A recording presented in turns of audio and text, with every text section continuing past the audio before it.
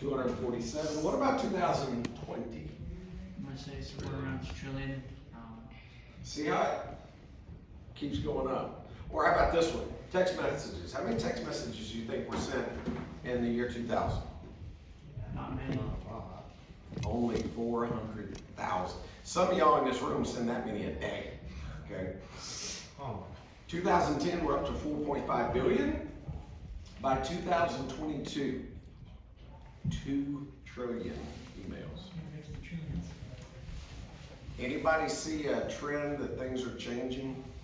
What about tweets on Twitter? How many tweets do you think were posted on Twitter in the year 2000? 100. It wasn't invented. Bingo. It wasn't even around in the year 2000. By 2010, 25 billion. By 2016, 200 billion. What about YouTube videos? How many of you guys in here watch YouTube videos? How many YouTube videos do you think, watched in the year 2000? You're right. Because it wasn't invented yet. That's right. By 2010, 2 billion. By 2025 billion videos were watched. And so I say all that to point out things have changed a lot in the last 20 years, right? People on Facebook, there was 0 people on Facebook in 2000. 2010, there's 600 million. 2016, 1.65 billion. So here's what we know. We know things are changing pretty dramatically in our country. The Bible says in 1 Chronicles chapter 12, verse 32, of the sons of Issachar who had understanding of the times to know what Israel ought to do. Now, I use that verse because it reminds us that as Christians, we do need to understand the times we're living in, right? We need to understand kind of what's going on around us. So for instance, if I were to want to evangelize people today, and I put it on a VCR tape, is that going to be very useful? You guys don't even probably know what a VCR tape is, do you? She's like, not really. VCR tapes were what was before DVDs, which was what was before streaming, okay? We have to have an understanding of the time. So, here's fact number 1 that I want you to remember this morning. We are saturated with media. Is that a true statement?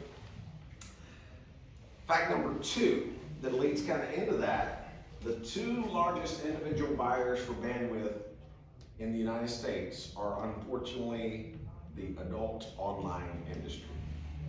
And so the topic that we're talking about is huge. And I'm going to show you just how big it is. They make $97 billion a year. And unfortunately, they are after you guys. I'm going to read this quote because I want you guys to be very, very aware of what's going on. It says, companies like Pornhub have actually taken to tagging hardcore porn videos with the names of children's cartoon characters like Dora the Explorer, Paw Patrol, so the children searching the internet for innocent subjects are going to end up on their bad websites. The earlier children get addicted, the more they watch. The more they watch, the better it is for companies like Pornhub. Their bank accounts are bulging with the stolen innocence of people like you. And so these folks are in it for one thing, and that's this right here, and to get you addicted to their product. Just how big is it? Their combined revenue is bigger than CBS, NBC, ABC all together. Not just that, you guys recognize any of those particular companies? Famous ones. The porn industry makes more than all of those combined. And so this is unfortunately a massive, massive industry. In the year 1998, there were 14 million web pages dedicated to pornography. By 2003, it had jumped to 260 million web pages. By 2006, it's up to 420, and it just keeps on going. And so you guys can kind of see that this is one of those things that we have to be aware of. My youngest son, Luke, is in the room, and I hope and wish that he would never see any of this mess. But what I'm trying to prepare him for is the day that he by accident does. Galatians chapter 5, verse 19, the works of the flesh are evident, which are adultery, fornication, uncleanness, lewdness.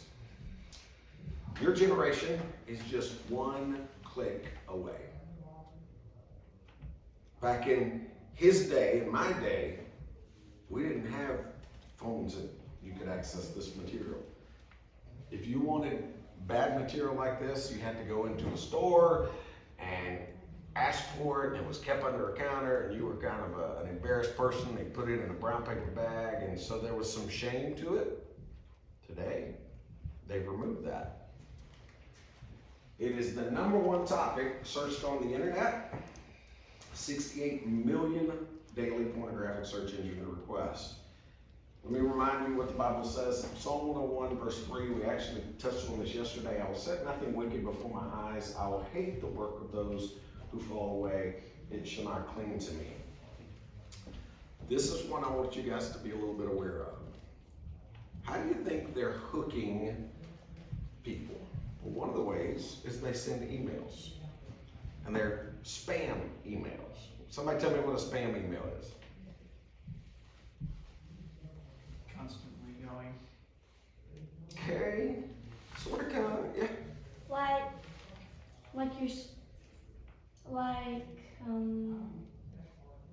It's like a fake call that you're calling to them, It and is. that you receive money, and that you're trying to pay that person that wanted you to call that spam call. Okay, she hit the word on the nail on the head with that first word, fake. So the subject line may say something like, you won money, or hey, I need to talk to you, your grandmother died. It's something that's going to try to hook you in, that when you click on it, it takes you to one of these bad sites. 2.5 billion a day, 80% of children using email receive inappropriate messages. So do I think that this is something that is going to affect people in this room? Unfortunately, yeah. So we've got to be aware of it. 47% of young people receive pornographic spam daily. That's a lot. 1 in 5 children open and view pornographic spam emails. And so again, if you start looking at the numbers, what I was saying about Luke is, I don't want him to ever see it. But statistically speaking, he's liable to open one of these emails by mistake. And so I've got to prepare him for what is out there.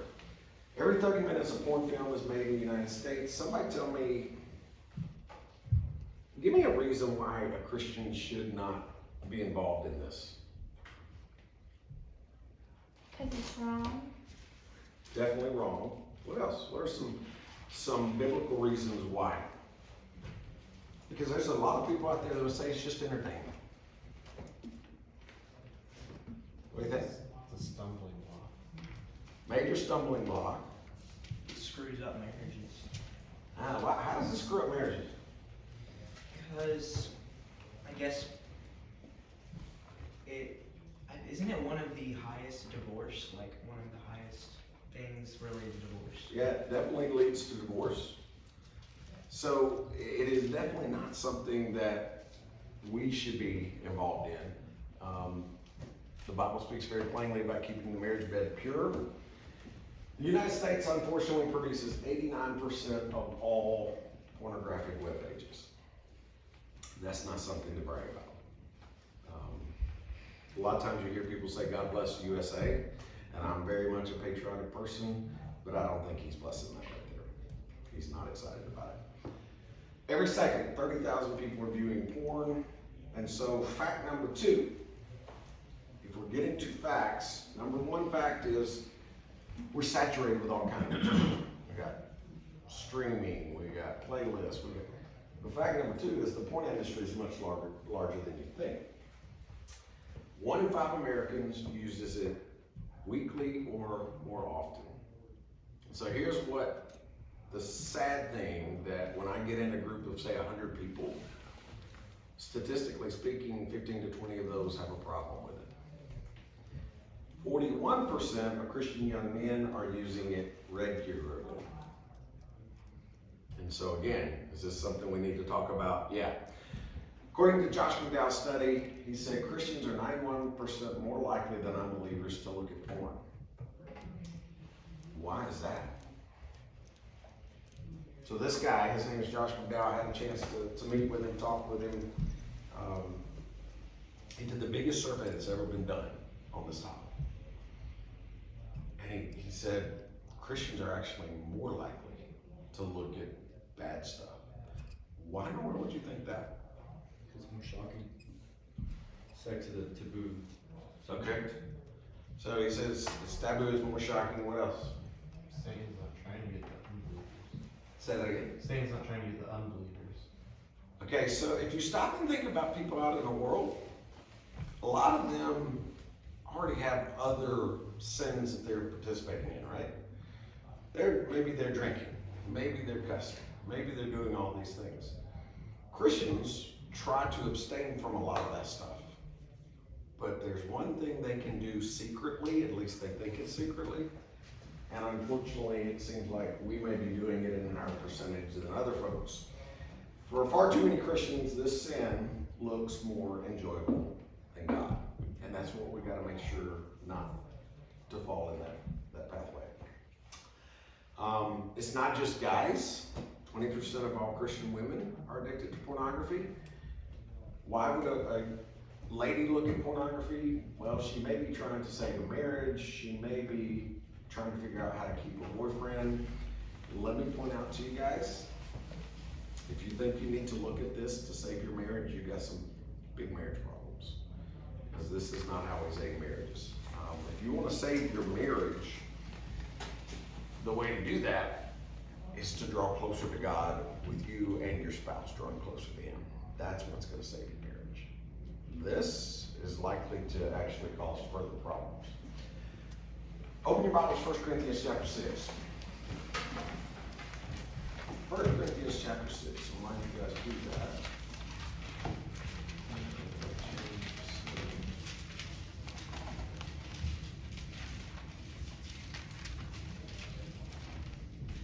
Let's look together.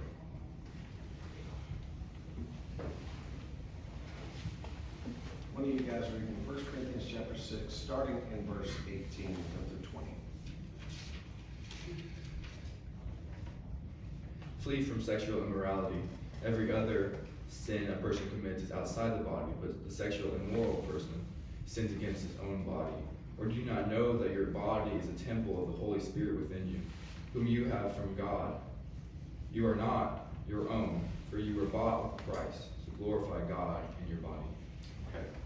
So, Paul telling us very clearly that we don't need to commit these types of sins. What do you think is the first way that people your age stumble into this? First age. Say that again. The first age. First way, like how do you guys think, what is the first way that a young person stumbles into porn? Curiosity.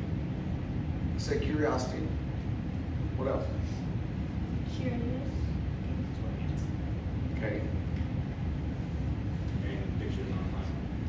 You said random pictures online. So 91% of first-time exposure was actually by somebody doing research for a research paper, a school project, and lo and behold, maybe you're searching Thomas Jefferson or George Washington, and you start clicking different things, and you're like, okay, I want to know where he was born and about him, and you click one, and it takes you to a site. So a lot of times, it's not actually on purpose. It's quite literally accidental. 90% of 8 to 16-year-olds have viewed some type of porn. I told you guys yesterday, what's that average age first-time viewer? 8 years old. That's pretty young. Why do you think it's that young? It's so easy. It's so easy. And do you think by chance that they may be targeting kids? There was a lesbian author by the name of Patricia Warren. She said, whoever captures the kids owns the future. And so, you know who they're really targeting? This age right here. Galatians chapter 5, verse 23, Paul wrote this. He said, the fruit of the Spirit is love, joy, peace, long-suffering, kindness, goodness, faithfulness, gentleness. What's the last one? What do you think self-control is? It's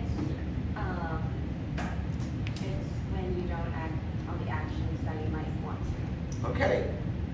So what is something that maybe you struggle with self-control over? I'll go first.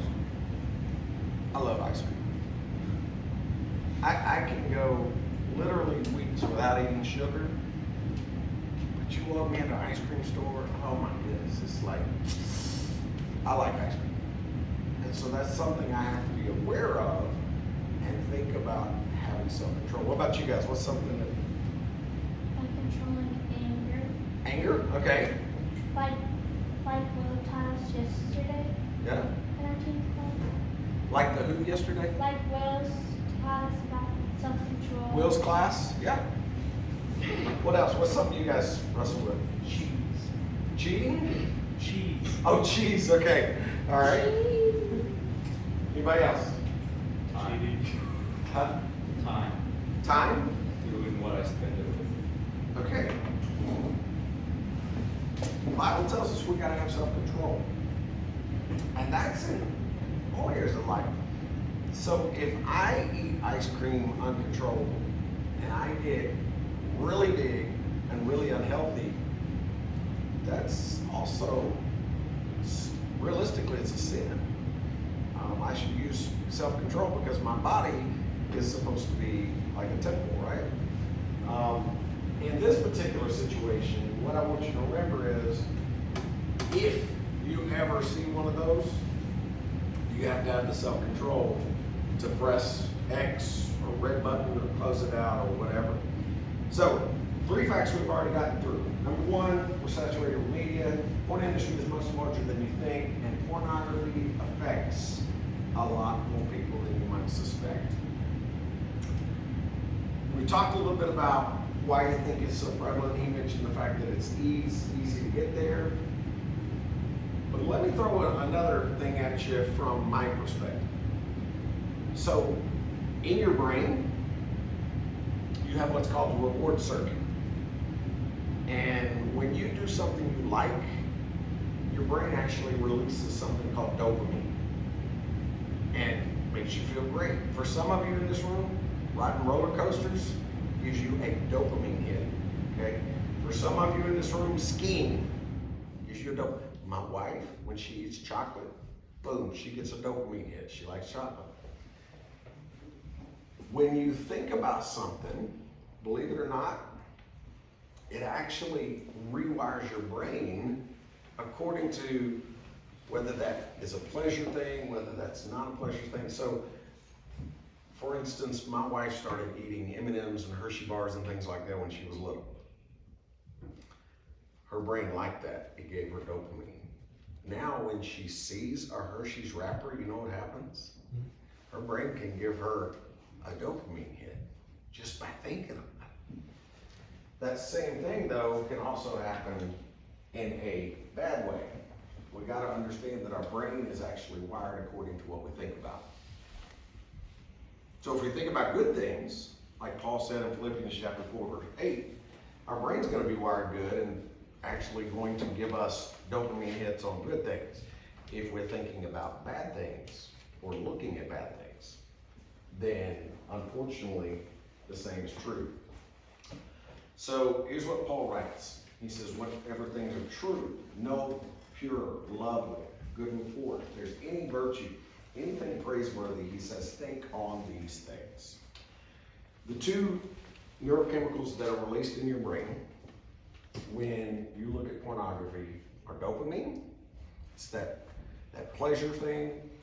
But then there's also one called norepinephrine. And you see, what did I write beside that word? Paperclip. Why in the world would I write paperclip? I write paperclip because what happens is when you look at one of those pictures, your brain actually paperclips it into your brain. It takes 0.07 or 0.7 seconds for you to store that image. I tell people, in some ways, pornography is actually more addictive than drugs, and here's why. With drugs, you get that dopamine hit. So let's say you get addicted to cocaine. You take cocaine, you get your dopamine hit. It basically makes your pleasure center happy. With pornography, not only are you getting that dopamine hit, you're also storing that image. You're paper clipping it into your brain, which means you can recall that image, which is problematic if you stop and think about it. So at the end of the day, this is it's very similar to taking a drug because what it's doing, it's affecting the pleasure center. What if we do something too much? So let's say we take cocaine. If you take, I'm using numbers that I don't even know, but if you take 5 grams of cocaine, if you take it the next day, is that going to give you the same high? No, you got to take what? You got to take a little bit more, and a little bit more, because your body becomes desensitized to it. Same thing with pornography, by the way. And so what we see with people who are addicted to porn is oftentimes they're viewing it and it has to get either more violent or more, unfortunately, moving towards children, which obviously is an abomination.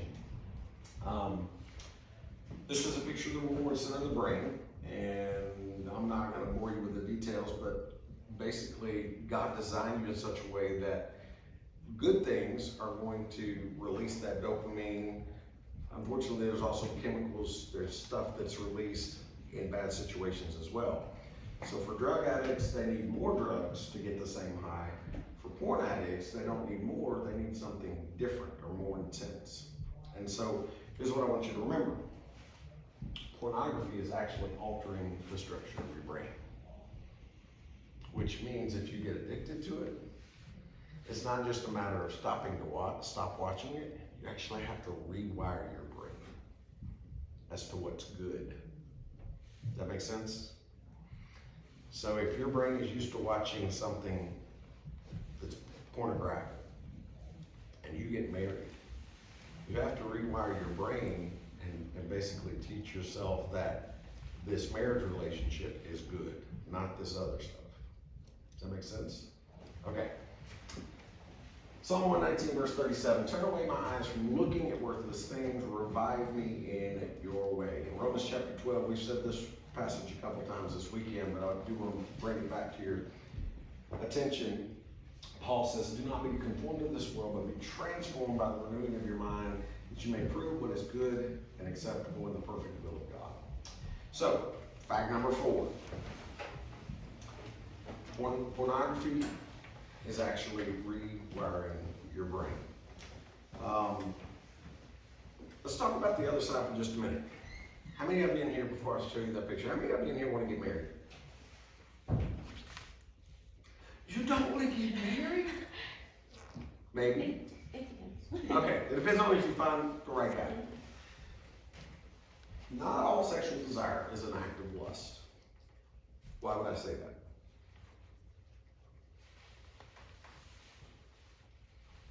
Who made it? God did. And the original purpose was good. The problem is our culture has perverted something that God created as good. And so sadly, you guys are growing up in a hypersexualized world. And what God intended as good, we've basically made as a perversion. Again, I'm going to call this verse to your attention. Hebrews chapter 13, verse 4. Marriage is honorable among all, and the bed undefiled, but fornicators and adulterers God will judge. Lust is basically sexual desire gone wrong, and it dishonors God. What do you guys think is, if I say the word soft porn, what do you think soft porn would be?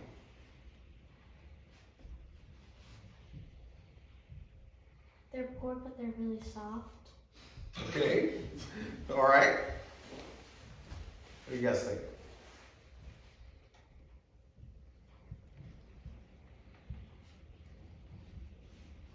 They have desires. They have what? Desires.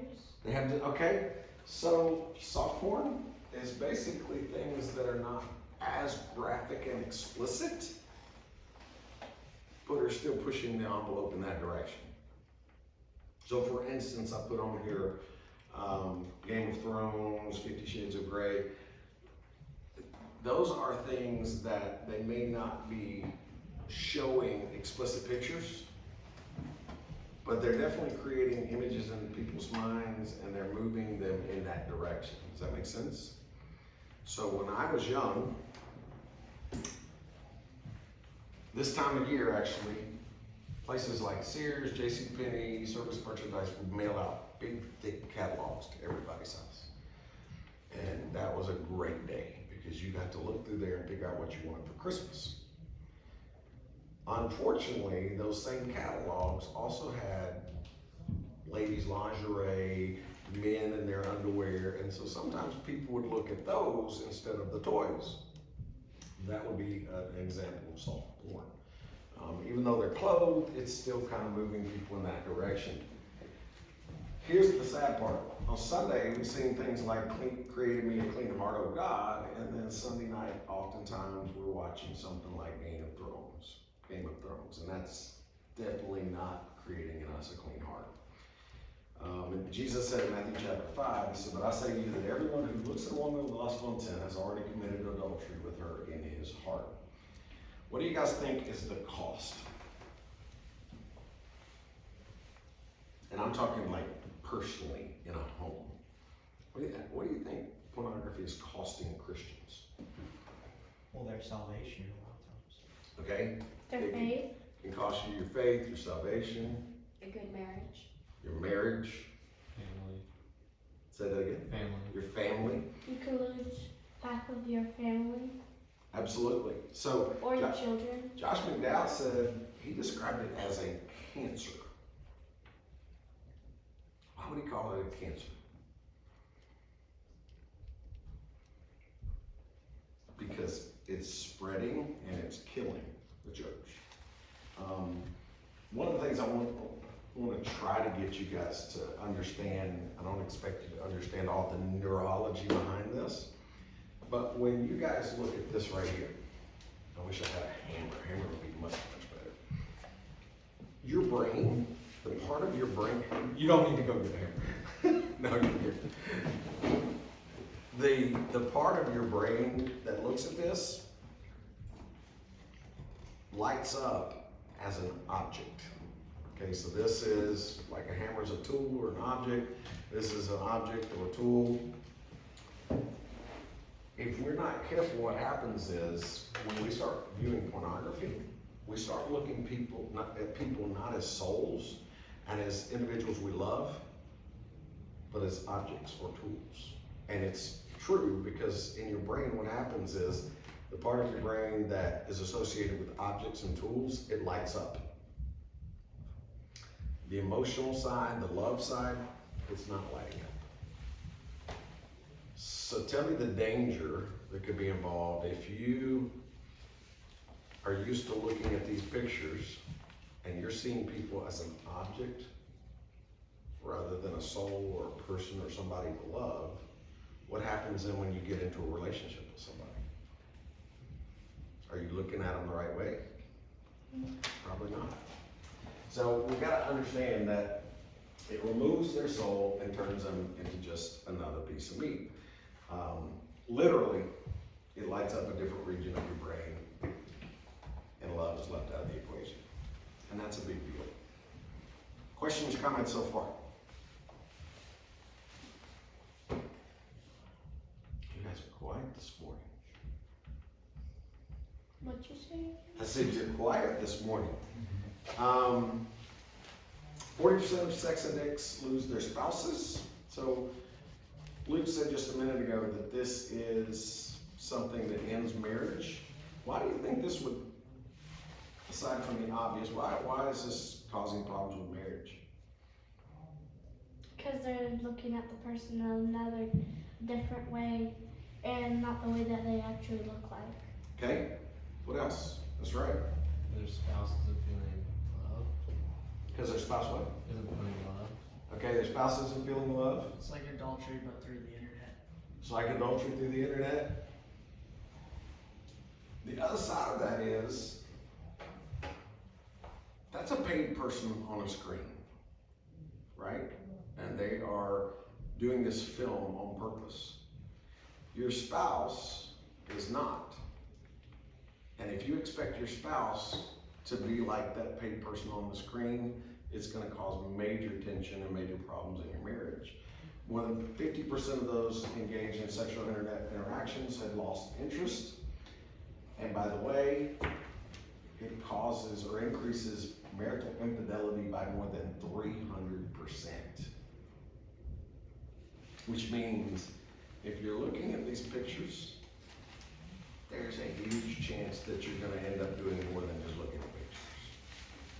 You're eventually going to cheat on your spouse.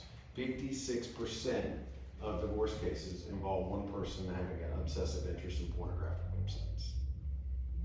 So here's what I want you to do. Stop for just a second. Think about how many marriages in the United States would not have ended in divorce if we just get rid of this one thing. That's a bunch of divorce. 56%. Probably half of the country. Yeah. It's something that I pray about regularly that my boys won't get involved in. By the way, so I can look at all of you guys and tell you very straightforwardly, I don't have, this is not a sin that I struggle with, thankfully, right now.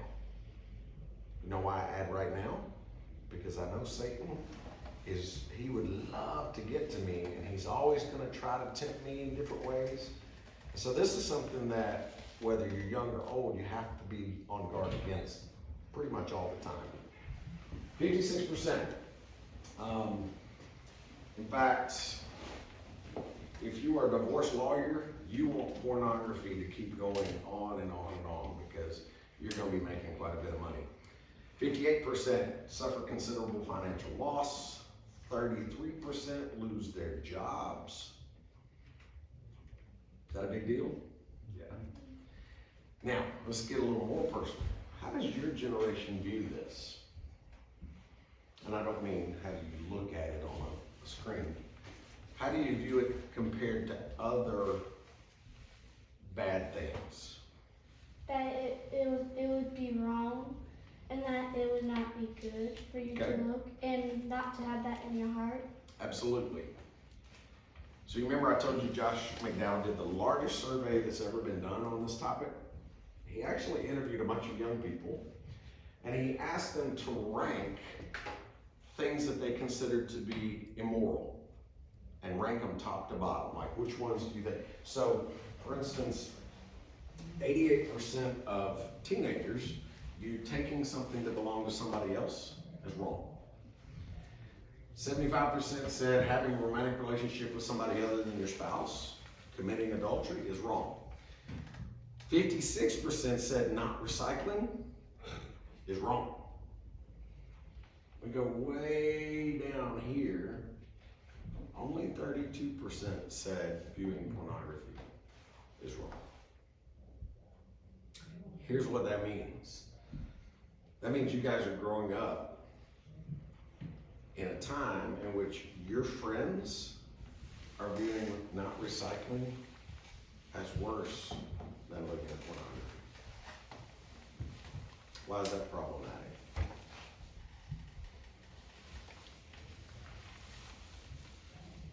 What do you think? Mr. Seth, what do you think? Why is it wrong? Why is that mentality wrong? It's just so twisted. Yes, it is. They're putting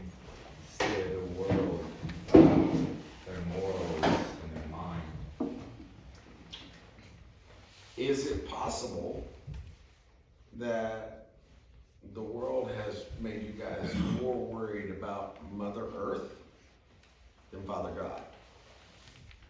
And I would say, yeah, unfortunately, that's probably, Well, God is, he is real, but Mother Earth is nothing. that's right. It's only like, she would basically be nothing. She's nothing, only the Lord is real.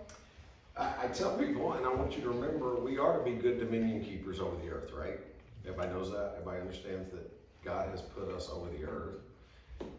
And so, yes, we do try to do the right thing when it comes to things like littering, recycling, and all that. But do I think me putting a plastic bottle in the right trash container or the wrong trash container is worse than viewing porn? No.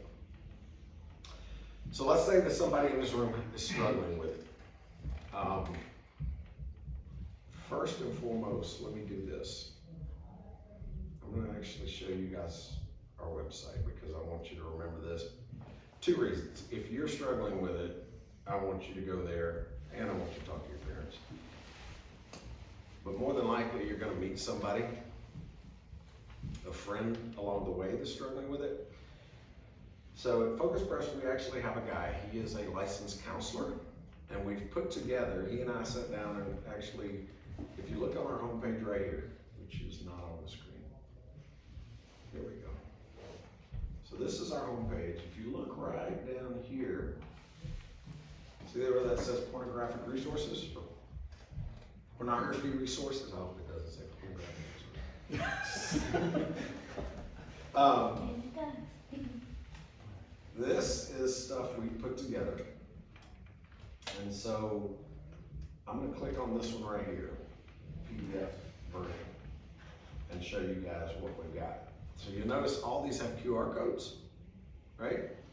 So there are books that are written for somebody who may be struggling, for a spouse of somebody who's struggling, for all kinds of folks in that situation. Let's see how I'm gonna have to. Oh, here we go.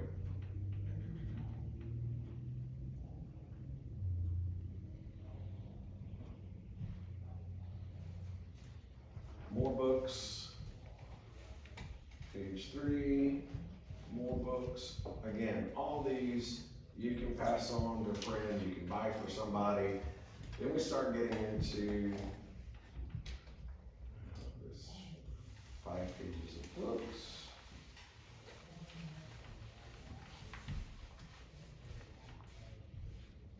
Okay, finally done with books. Then we go to more resources. So let's say somebody in this room is really struggling. These are filters that you can get, or your parents can buy, put on your devices that will basically help you beat this addiction or beat this problem. So things like Covenant Eyes, NetName,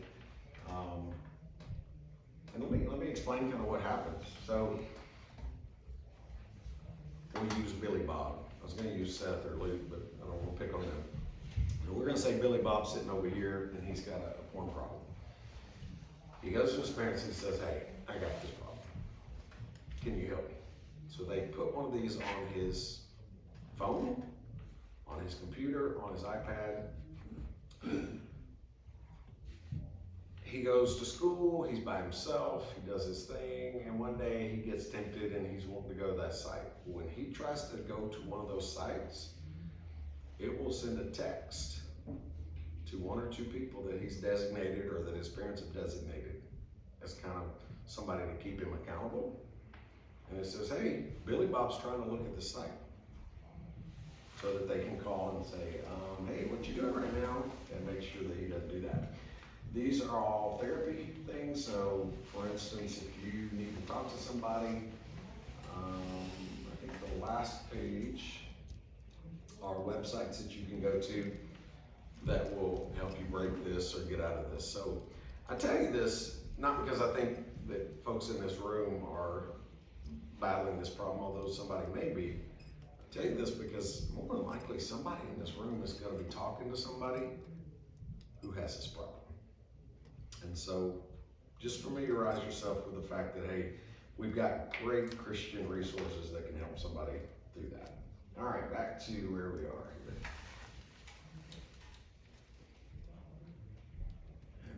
There we go. So let's say that somebody in this room is struggling with it. I do want you to know that you can be it, okay? You may feel like you're locked in, but if somebody, let's say you are looking at porn on a regular basis, and somebody tells you to stop, you say, I can't. Or in your mind, you're saying, I can't. What if somebody actually came in and they got a knife to your parents or your grandparents or your siblings, and they say, if you click on that button again, I'm gonna kill them. Could you stop? Yes. All right. What if instead of a terrorist, what if it's Jesus? Could you stop? Because if you stop and think about it, he went through that to save you from sin. And so, again, what does Paul say? He who commits sexual immorality sins against his own body. We can beat this thing. Hebrews chapter 12, verse 1, therefore we also, since we're surrounded by such a great cloud of witnesses, let us lay aside every weight and the sin which so easily ensnares or entangles us. Let us run in endurance the race that is set before us.